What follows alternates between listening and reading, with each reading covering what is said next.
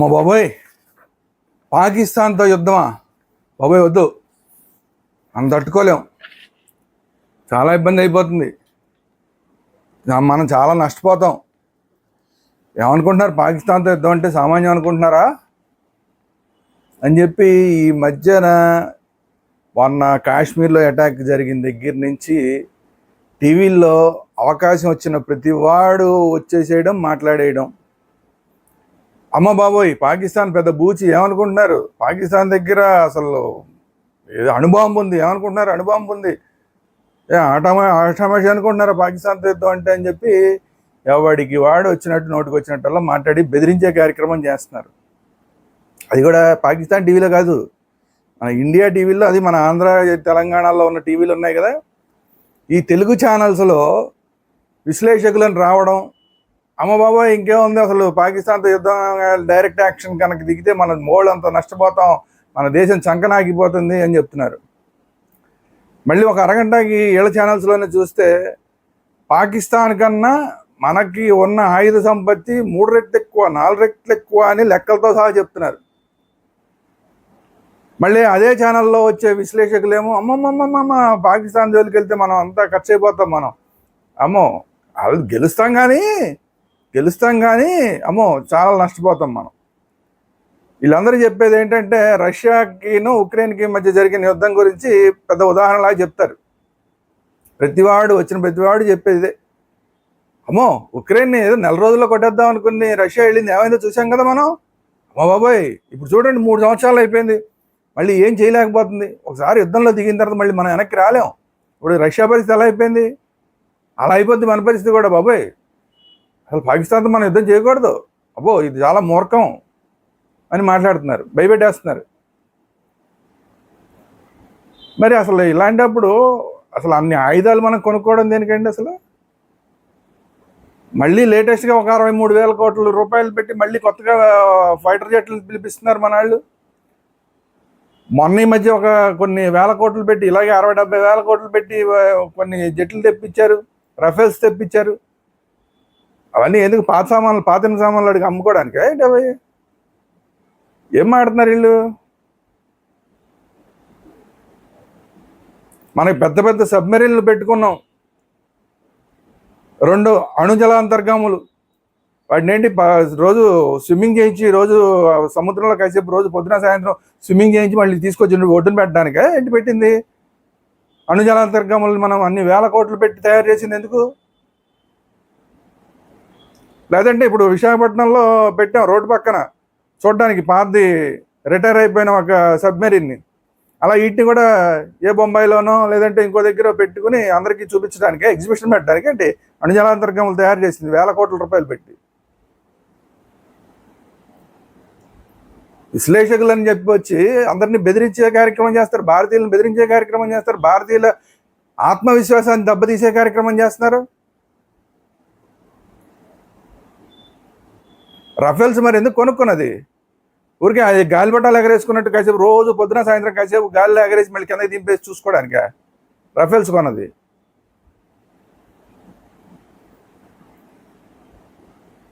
అసలు రష్యాకిను ఉక్రెయిన్ వారికిను పాకిస్తాన్కి వారికి ఇండియా ఒకవేళ వారికి వెళ్తే ఈ రెండింటికి సంబంధం ఏంటి? ఉక్రెయిన్ ఏమో చాలా మంచి దేశం, చాలా పెద్ద దేశం, బాగా డబ్బున్న దేశం. అసలు ఒకప్పుడు ప్రపంచంలోనే ఎక్కువ అణ్వస్త్రాలు ఉన్న దేశాల్లో ఒక దేశం ఉక్రెయిన్. అలాంటి దేశాన్ని ఈ అమెరికా, రష్యా, మిగతా నాటో దేశాలు వీళ్ళందరూ కలిసి మోసం చేసేసి ఆ ఏవైతే ఆయుధాలు ఉన్నాయో వాటన్నిటిని కూడా ఒక్కొక్కటి తీసేసేలాగా చేశారు రష్యా నుంచి విడిపోయిన తర్వాత. అసలు ఒక్కటంటే ఒక్క అణ్వాయుధం లేకుండా చేసి ఇప్పుడు ఏదో అదే అంత మాత్రం చేత ఆ దేశం దగ్గర అణ్వాయుధాలు లేవు తప్ప మిగతా ఆయుధాలన్నీ ఉన్నాయి కదా.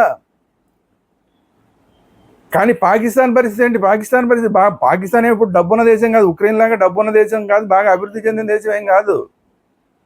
దానికి దీనికి పోలికి పెడతారేంటి? అసలు బుర్ర ఉందా, బుర్ర లేదా?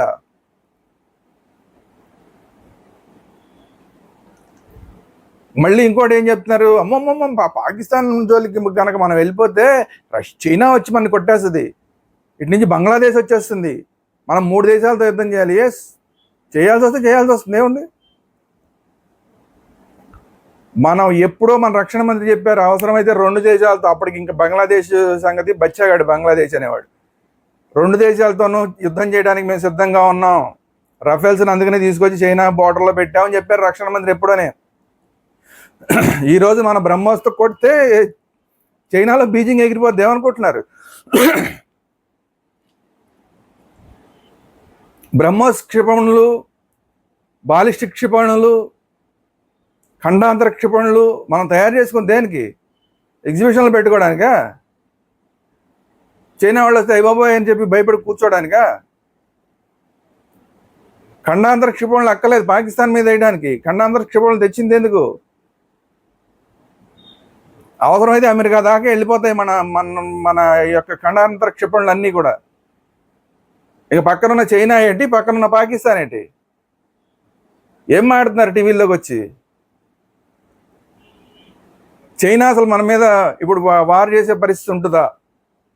పాకిస్తాన్ తప్పు చేస్తే చైనా మనకి పాకిస్తాన్కి అండగా వచ్చేంత తప్పు చేస్తుంది. ఎందుకంటే అమెరికా ఆల్రెడీ మనకి సపోర్ట్ వచ్చేసింది, రష్యా మనకి సపోర్ట్ ఉంది. ఆల్రెడీ ఇజ్రాయెల్, గుర్తుపెట్టుకోవాలి, ఇజ్రాయెల్ రేపే లేపేద్దామంటే మీరు పర్మిషన్ ఇవ్వండి మేము లేపేస్తాం పాకిస్తాన్ని, మీ దాకా కూడా అక్కర్లేదంటుంది ఇజ్రాయెల్. ఏం మాట్లాడుతున్నారు వచ్చిన వాళ్ళందరూ, టీవీల్లోకి వచ్చిన వాళ్ళందరూ? అసలు ఒక పక్క చైనా, ఒక పక్కన ఏమైనా బంగ్లాదేశ్ లాంటివి వస్తే బంగ్లాదేశ్కి ఒక చిన్న పార్టీ మన దగ్గర ఉన్న ఒక క్షిపణి చాలు, బంగ్లాదేశ్ రేపటి నుంచి కనపడకుండా పోతుంది. బంగ్లాదేశ్ గురించి అసలు ఆలోచించాల్సిన పనిలా. అక్కడేదో పిచ్చోడిని పెట్టారు, వాడేదో పిచ్చివాగుడు అవుతున్నాడు, వాడిని 2 నిమిషాలు వాడిని నోరు మూయించడం. ఆ బార్డర్ కనుక కరెక్ట్గా మన వాళ్ళు మూసేస్తే, బెంగాల్ సరిహద్దు కనుక సరిగ్గా మూసేస్తే అటు నుంచి ఏమి రవాణా అవ్వకుండా ఉంటే మొత్తం చంకనాగిపోతారు వాళ్ళు. మన షిప్ ఒకటి అడ్డం పెడితే చాలు, ఇక్కడ విశాఖపట్నం నుంచి తీసుకెళ్ళి ఒక షిప్ని అక్కడ అడ్డం పెడితే చాలు, మొత్తం గదగడ వణికిపోద్ది బంగ్లాదేశ్. బంగ్లాదేశ్ గురించి అసలు మాట్లాడుకోవడం అనవసరం. చైనా ఏదో వచ్చేస్తుంది అంటారు. అమెరికా వాడు ఇచ్చిన దానికే దిమ్మ తిరిగి బొమ్మ కనబడుతుంది. అమెరికా వాళ్ళు మొత్తం ఎగుమతుల మీద అన్నిటి మీద మొత్తం అంతా రేట్లు పెంచేసేసరికి, దిగుమతి సుంకాలు రేట్లు పెంచేసరికి దిమ్మ తిరిగి బొమ్మ కనబడుతుంది అక్కడ చైనాకి. చైనా ఆర్థిక వ్యవస్థ ఎప్పుడైనా సరే బబుల్లాగా పేలిపోయేందుకు సిద్ధంగా ఉంది. వాళ్ళు వచ్చి మన మీద యుద్ధానికి ఎందుకు వస్తారు? వాళ్ళే మన మీద అమెరికాతో కలిసి మనం కలిసి పోరాడదాం రండి, మనందరం కలిసి చేద్దాం రండి అని ఆడు బతిమాలే పరిస్థితిలో ఉన్నాడు ఇండియాని చైనా వాడు. ఏం మాట్లాడుతున్నారో అర్థం కాదు. చైనాని పూచిగా చూపించేస్తున్నారు. యుద్ధంలో దిగిపోతే అమ్మో ఏదో జరిగిపోద్ది, పాకిస్తాన్తో యుద్ధానికి వెళ్తే ఏదో జరిగిపోతుందని. ఆ పాకిస్తాన్లోంచి పిచ్చుకొక్కలు కొన్ని మాట్లాడుతున్నాయి, సింధు నదీ జలాల్లో మీరు కనుక పాకిస్తాన్కి రానివ్వకపోతే సింధు నదీ జలాల్లో మీ రక్తం పారిస్తామని చెప్పి వాళ్ళే సినిమా డైలాగులు చెప్తున్నారు పాకిస్తాన్లో. వాళ్ళంటే ఏదో పిచ్చివాగుడు వాగుతారు అక్కడ, టెర్రరిస్టులు కాబట్టి, టెర్రరిస్ట్ నాయకులు కాబట్టి వాళ్ళు ఏదో ఆ పాకిస్తాన్ వాళ్ళని రెచ్చగొట్టడానికి వాళ్ళు పిచ్చివాగుడు వాగుతారు. వాళ్ళు భయపెట్టినట్టు టీవీల్లో వచ్చి మీరు కూడా భయపెడితే అమ్మో పాకిస్తాన్ వెళ్తే యుద్ధానికి వెళ్తే మనం తట్టుకోలేమని చెప్పి భయపెడుతుంటే ఏం విశ్లేషకులండి వీళ్ళంతా? ఇక చిన్న ఉదాహరణలు చెప్తాను, 2-3 ఉదాహరణలు చెప్తాను. మొన్నే పాకిస్తాన్ రక్షణ మంత్రి మన యుద్ధానికి రెడీ అవుతున్నాం అని తెలియగానే గజగజ కాళ్ళకి చేతులు వణికిపోతున్నాయి అక్కడ పాకిస్తాన్ రక్షణ మంత్రికి. ఇంటర్నేషనల్ న్యూస్ ఛానల్లో ఇస్తే తన తప్పు ఒప్పుకుంది పాకిస్తాన్. రక్షణ మంత్రి స్వయంగా చెప్పాడు మేము తప్పు చేసాం, అనవసరంగా వీళ్ళందరినీ పెంచి పోషించాం, తీవ్రవాదులందరినీ పెంచి పోషించాం, అది కూడా అమెరికా బ్రిటన్ల యొక్క ప్రాపకం కోసం, వాళ్ళు ఇచ్చే డబ్బుల కోసం అని చెప్పి మేము పెంచి పోషించాం, ఇప్పుడు అదే మా నెత్తిన బండై కూర్చుందని చెప్పి రక్షణ మంత్రి స్వయంగా పాకిస్తాన్ రక్షణ మంత్రి ఒప్పుకున్నాడు. ఇప్పుడు ఆ తీవ్రవాదాన్ని పెంచి పోషించబట్టి ఇప్పుడు మా నెత్తినకి ఇప్పుడు ఏ నిమిషానైనా ఇండియా వాడు వచ్చి దమామని బాధితే కనుక చచ్చూరుకుంటాం మేము అన్న భయం వాడిలో కనబడుతుంది క్లియర్గా. రక్షణ మంత్రి కాళ్ళు చేతిలోనికి మాట్లాడుతూ ఉంటే మన వాళ్ళు ఇక్కడ టీవీలో కూర్చుని అమ్మమ్మమ్మ పాకిస్తాన్ జరిగింది బాబోయ్ బాబోయ్ బాబోయ్ అంటే ఏం విశ్లేషకులో వీళ్ళంతా నాకు అర్థం కాదు. సరే ఇంకొక ఉదాహరణ చెప్తాను మీకు. ఆ రక్షణ మంత్రిది అయిపోయింది కదా, క్లియర్గా చెప్పాడు అమెరికా బ్రిటన్ల యొక్క ప్రాపకం కోసం, వాళ్ళు ఇచ్చే డబ్బుల కోసం అని చెప్పి మేము ఈ టెర్రరిజాన్ని పెంచి పోషించాం, తప్పు చేసామని చెప్పి రక్షణ మంత్రి ఒప్పుకున్నాడు. ఇది రేపొద్దున ఇంటర్నేషనల్గా మనకి బాగా ఉపయోగపడే అంశం, ఎందుకంటే వాళ్ళే డైరెక్ట్గా ఒప్పుకున్నారు కాబట్టి. తర్వాత ఇంకొకరు క్వామర్ జావేద్ బాజ్వా, క్వామర్ జావేద్ బాజ్వా అంటే ఈయన పాకిస్తాన్ ఆర్మీ చీఫ్. ఇంతకు ముందు, ఇప్పుడున్న దానికన్నా ముందు ఆయన ఆర్మీ చీఫ్గా పనిచేశాడు. ఈయన చాలా దుర్మార్గంగా పనిచేశాడు పాకిస్తాన్లో. అసలు ఈయన చెప్పింది, ఈయన కూర్చోమంటే కూర్చోమనే వాళ్ళు, నుంచోమంటే నుంచునే వాళ్ళు పాకిస్తాన్ రాజకీయ నాయకులు అంటారు. అలాంటి బాజ్వా ఏం చెప్తున్నాడు తెలుసా? మా దగ్గర అమ్యునేషన్ లేదని చెప్తున్నాడు. అంటే ఆయుధాలు ఉన్నా కూడా వాటిలో, ఇప్పుడు గన్ ఉందనుకోండి, గన్లోకి బుల్లెట్లు లేవు. గన్లు ఉంటాయి కానీ దాంట్లోకి బుల్లెట్లు లేవు. ట్యాంకులు ఉంటాయి కానీ దాంట్లోకి పెట్టడానికి మందుగుండు సామాగ్రి లేదు. ఆయుధాలు మాత్రం పెద్ద పెద్ద ఆయుధాలు ఉన్నాయి కానీ వాటిని నడిపించే వ్యవస్థ లేదు. ఇవన్నీ కలిపి ఆయుధాలు కానీ, దాంట్లో మందుగుండు కానీ, లేదంటే బుల్లెట్లు కానీ, ఇట్లా ఒక్కొక్క దానికి ఒక్కొక్కటి కావాల్సి వస్తుంది. అవన్నీ కలిపి అమ్యునేషన్ అంటారు. అసలు మా దగ్గర అమ్యునేషన్ వ్యవస్థ సరిగా లేదండి బాబు, మేము ఎప్పుడో దివాలా ఎత్తిపోయాం, మా దగ్గర ఏం లేదు అక్కడ, ఊరికే పై మాటలు అని చెప్పి బాజ్వా చెప్తున్నాడు. అది కూడా ఏం చెప్పాడు? నేనే కదా మొత్తం చూసింది, నిన్నటి దాకా నాకు తెలియదేంటి, నాకు తెలియని పాకిస్తానా, మా దగ్గర ఏది లేదని చెప్పాడు. అది కాకుండా ఆర్థిక పరిస్థితి చాలా దారుణంగా ఉంది మా ఆర్థిక పరిస్థితి.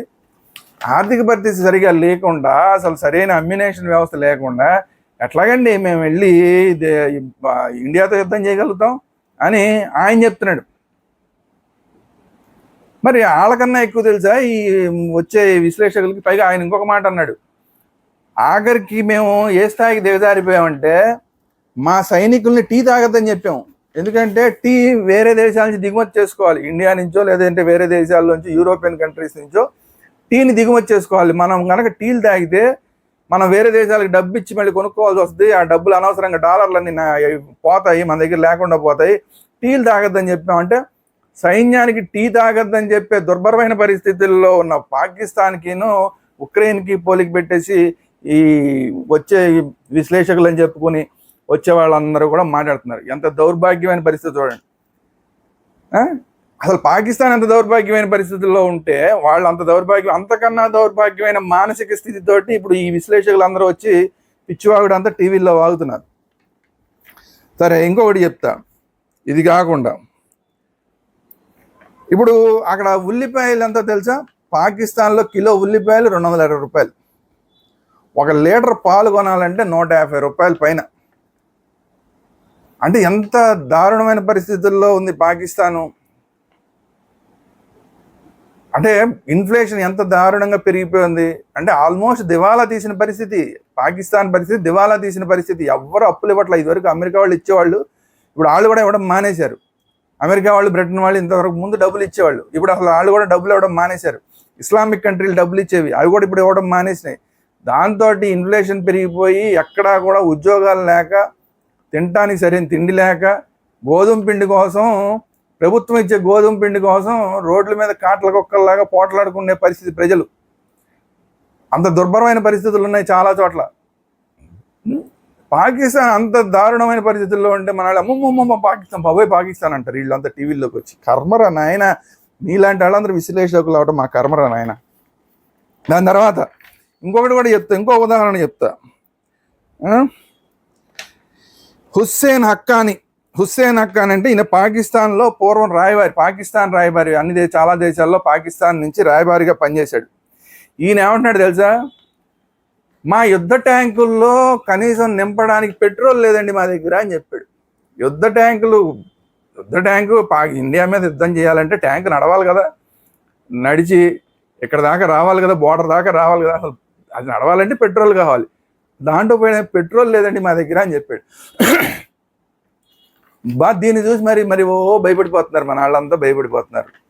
ఏమి విశ్లేషకులు. సరే, ఇంకోటి ఏంటంటే ఇవన్నీ కూడా వీళ్ళు ఎక్కడ పెడతారు? మన బార్డర్లో ఏముండవు. ఇవన్నీ కూడా ఈ ట్యాంకులు గింకులు ఇవన్నీ కూడా మనం ఎప్పుడు కొడతామని భయంతో కొంచెం బాగా లోపలికి పెడతారు వీళ్ళంతా. అంటే దేశం మధ్యలో ఎక్కడో ఉండేలాగా. అంటే రావల్పిండిలో ఉంటాయి ఇవన్నీ ఎక్కువ. ఆ రావల్పిండి నుంచి మనకి ఎల్ఓసి దాకా రావాలంటే దాదాపుగా 1300 కిలోమీటర్లు రావాలి. ఆ 1300 కిలోమీటర్లు ఒక ట్యాంకులు రావాలంటే దాంట్లోకి కొట్టించడానికి పెట్రోలే లేదురా బాబు అంటుంటే ఎన్ని వందల ట్యాంకులు రావాలి, ఎంత పెట్రోల్ కావాలి, దానికి ఎంత డబ్బులు కావాలి. ఒక పెట్రోల్ మాత్రమే కాదు, ఇప్పుడు దానికి వాళ్ళందరూ వచ్చారనుకోండి, ఫ్లైట్లో రావాలి, ఫ్లైట్లో దానికి పెట్రోల్ లేదు. పోనీ వచ్చిన తర్వాత ఇక్కడ వెహికల్స్, వీళ్ళు వచ్చిన తర్వాత సైనికులందరినీ తీసుకొచ్చిన తర్వాత కొన్ని వేల మంది సైనికులను రావలపిండి నుంచి ఎల్ఓసి దగ్గరికి తీసుకురావాలి. తీసుకొచ్చిన తర్వాత వాళ్ళకి అందరికీ జీపులు, ట్రక్కులు ఇవన్నీ కావాలి. ఆటలో పోయడానికి పెట్రోల్ లేదు. జీపులు, ట్రక్కులు ఉన్నాయి, ఆటలో పోయడానికి పెట్రోల్ లేదు. ఇదిరే బాబు మా పరిస్థితి అని చెప్పి పాకిస్తాన్ మాజీ రాయబారి ఆయన చెప్తున్నాడు. ఇట్లాంటి పరిస్థితుల్లో ఉన్న పాకిస్తాన్ని చూసి మన వాళ్ళ అమ్మమ్మ పాకిస్తాన్తో యుద్ధానికి వెళ్తాం డేంజర్ బాబు. ఇది తర్వాత హమీద్ మీర్, పాకిస్తాన్ సీనియర్ జర్నలిస్ట్, ఇతను కూడా చెప్పింది అదే సేమ్ చెప్పాడు. యుద్ధాల ట్యాంకుల్లో, మా యుద్ధ ట్యాంకుల్లో పోయడానికి పెట్రోల్ లేదు. సేమ్ ఏదైతే మన ఇంతకుముందు వాళ్ళ మినిస్టర్స్ చెప్పారో, వాళ్ళ మాజీ సైన్యాధికారి చెప్పాడో, ఇతను కూడా అదే చెప్పాడు. మా ట్యాంకుల్లో పెట్రోల్ పోయించడానికి డబ్బులు లేవండి మా దగ్గర అని చెప్పాడు. ఇది వాళ్ళ పరిస్థితి. ఇది కాకుండా ఇప్పుడు ఎల్ఓసిని, ఇప్పుడు అదేంటి, మనం సింధు జలాల ఒప్పందం నుంచి మనం తప్పుకున్నామని చెప్పి వాళ్ళు ఏమంటున్నారు, వాళ్ళు సిమ్లా ఒప్పందం నుంచి మేము తప్పుకున్నామని చెప్పి ఒక స్టేట్మెంట్ ఇచ్చారు. ఈ పాకిస్తాన్ వాళ్ళు ఎంత ఫూల్స్ అంటే, సిమ్లా ఒప్పందం అంటే ఎల్ఓసి, ఇప్పుడు మనం ఏదైతే ఇప్పుడు ఆ పాక్ ఆక్యుపైడ్ కాశ్మీర్ అనుకుంటున్నామో దానికి మనకి మధ్యనున్న border LOC, line of control. అంటే ఇది ఇంటర్నేషనల్ బార్డర్ ఏం కాదు, మనం ఊహించుకున్న ఒక బార్డర్. ఇక్కడ దాకా మీదయ్యా, ఇక్కడ దాకా మాదయ్యా అని ఎప్పుడు సిమ్లాలో ఒప్పందం చేసుకున్నారు. ఇప్పుడు ఆ సిమ్లా ఒప్పందాన్ని మేము కాదంటున్నాం, మేము రద్దు చేసుకున్నాం అని చెప్పి పాకిస్తాన్ స్టేట్మెంట్ ఇచ్చింది. అంటే ఏంటి, ఇప్పుడు మనం కూడా ఆ ఎల్ఓసిని మనం ఏం పట్టించుకోవాల్సిన పని లేదు. మనం లాహోర్ దాకా వెళ్ళిపోవచ్చు. ఇప్పుడు మన సైన్యం లాహోర్ ఇవ్వాలనుకుంటే ఇవాళ లాహోర్ దాకా వెళ్ళిపోవచ్చు. ఎందుకంటే ఎల్ఓసి లేదు. ఇప్పుడు ఎల్ఓసి ఉంటే ఎవరన్నా విదేశాల వాళ్ళు లేదా ఐక్యరాజ్య సమితి వాళ్ళు మీరు ఎలా ఎల్ఓసిని మీరు అతిక్రమించారా అంటే అసలు ఎల్ఓసినే లేదు. ఇప్పుడు పాకిస్తాన్ చెప్పేసింది సిమ్లా అగ్రిమెంట్ నుంచి మేము బయటకు వచ్చేసామని చెప్పి. సిమ్లా అగ్రిమెంట్ బయట నీకు ఎప్పుడు వచ్చేసారో ఆటోమేటిక్గా ఆ కాశ్మీర్ అంతా మందే అయిపోతుంది. ఆ కాశ్మీర్ అంతా దాటి ఇంకా మన లోపల దాకా కూడా వెళ్ళిపోయినా కూడా ఇంటర్నేషనల్గా మన ఎవడు అడిగేవాళ్ళు లేడు. అడగడానికి హక్కు కూడా లేదు. పాకిస్తాన్కి హక్కు లేదు. ఎందుకంటే సిమ్లా ఒప్పందం నుంచి బయటకు వచ్చేసామని చెప్పింది పాకిస్తానే. పాకిస్తానే ఇలాంటి పిచ్చి పిచ్చాసలు చేసి పప్పులో కాలేస్తుంటే వీళ్ళేమో అసలు వాళ్ళకే బుర్రలేదురా బాబు అంటే మన విశ్లేషకులు కూడా బుర్రలేదేంటండి. పోనీ వీళ్ళు చెప్పినట్టే ఇటు నుంచి చైనా వచ్చేస్తుంది, ఇటు నుంచి బంగ్లాదేశ్ వస్తుంది, ఇటు నుంచి పాకిస్తాను, 3 వైపుల నుంచి 3 వచ్చి మనని కొట్టేస్తాయి అనుకుంటే ఒక్క మాట, అసలు ఆల్రెడీ పాకిస్తానే 4 ముక్కలు అవ్వడానికి సిద్ధంగా ఉంది.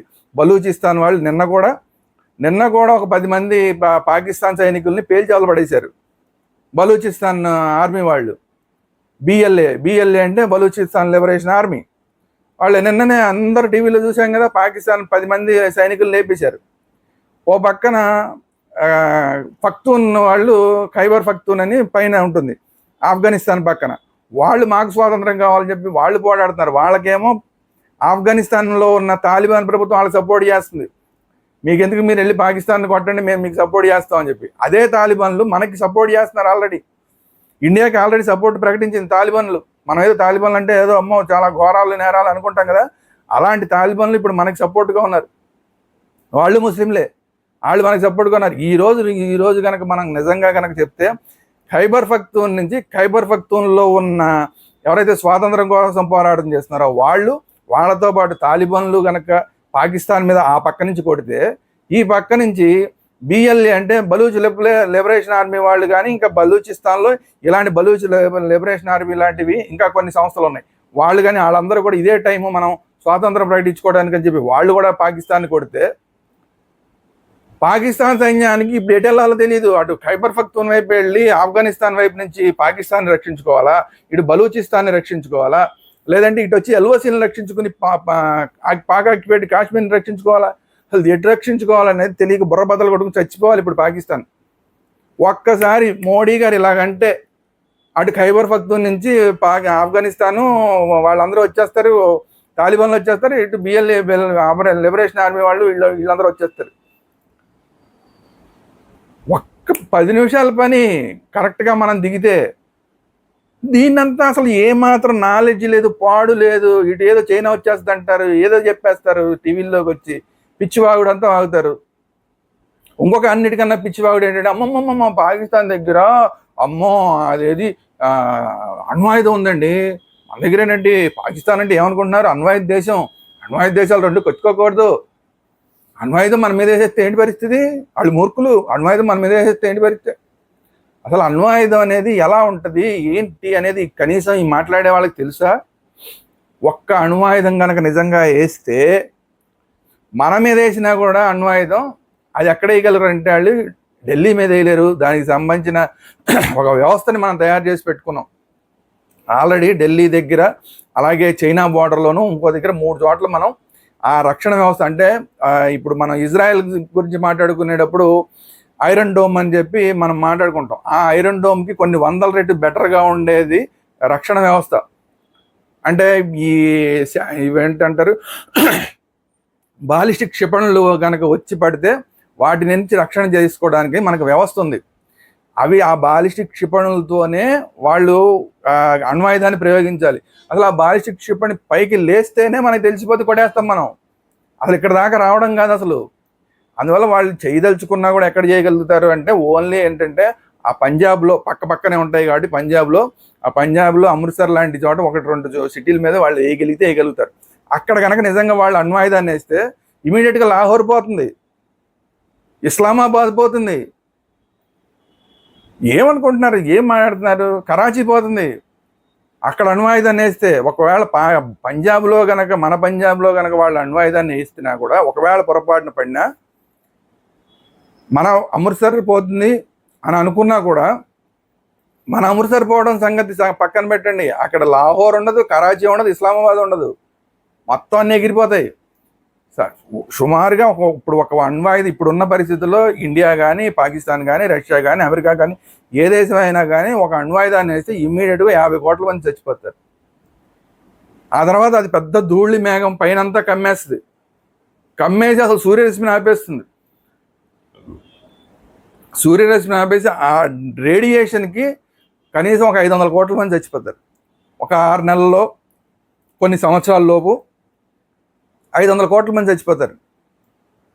పాకిస్తాన్ ఉంటుంది అసలు మన మీద అణ్వాయుధం వేస్తే విత్ ఇమీడియట్ ఎఫెక్ట్ వేసినా కూడా పాకిస్తాన్ పోతుంది. మన అమృత్సర్ పోయినా కూడా, ఒకవేళ పోయినా కూడా మన అమృత్సర్ని కొట్టేద్దాం అని కొట్టినా కూడా పాకిస్తాన్ మొత్తం పోతుంది. అదే అణ్వాయుధం, వాళ్ళు వేసిన అణ్వాయుధం దెబ్బకి సగం పాకిస్తాన్ లేచిపోద్ది.